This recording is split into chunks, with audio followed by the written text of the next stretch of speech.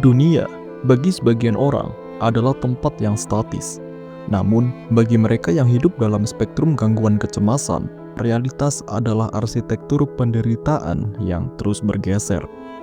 Kecemasan, pada dasarnya, adalah sebuah kegagalan regulasi, sebuah sistem peringatan dini di dalam otak yang kehilangan kemampuan untuk membedakan antara ancaman nyata dan proyeksi pikiran yang terdistorsi.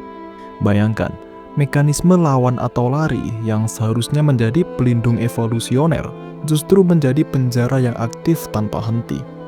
Jantung berdetak melampaui ritme normalnya, bukan karena sedang berlari, tapi karena persepsi akan bahaya yang tidak proporsional. Paru-paru terasa menyempit, sesak napas yang seringkali disalahartikan sebagai serangan jantung menciptakan sebuah teror kematian yang sangat nyata.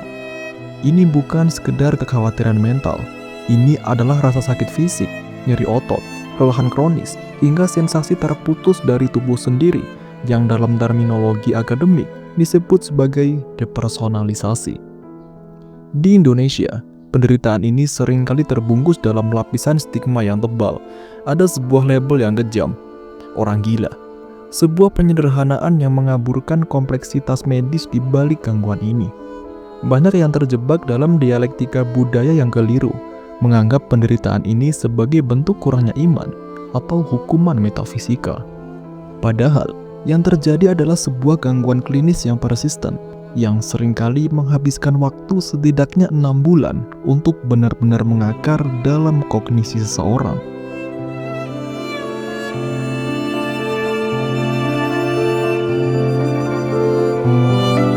Penderita kecemasan umum atau GAD hidup dalam kondisi kekhawatiran bebas mengambang. Mereka tidak bisa mentoleransi ketidakpastian. Pikiran mereka adalah radar yang terlalu sensitif, yang terus-menerus memindai cakrawala untuk mencari bencana yang mungkin tidak akan pernah datang. Hal ini merusak struktur sosial yang paling intim, membebani hubungan romantis, meningkatkan resiko perceraian, hingga mengikis produktivitas di tempat kerja. Penderita seringkali menarik diri, bukan karena tidak ingin bersosialisasi, tapi karena takut akan penilaian negatif yang melumpuhkan.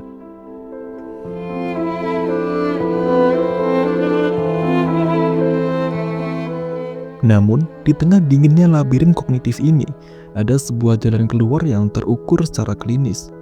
Pemulihan bukanlah tentang kekuatan kehendak semata, melainkan tentang intervensi profesional yang tepat.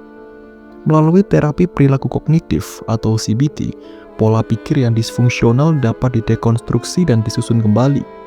Di Indonesia, akses ini telah dijamin melalui sistem kesehatan nasional, memastikan bahwa bantuan medis bukan lagi hak istimewa, melainkan sebuah kepastian bagi setiap jiwa yang membutuhkan. Datang ke profesional bukanlah sebuah tanda kegagalan moral. Itu adalah sebuah pengakuan objektif atas kondisi biologis dan psikologis yang memerlukan perawatan.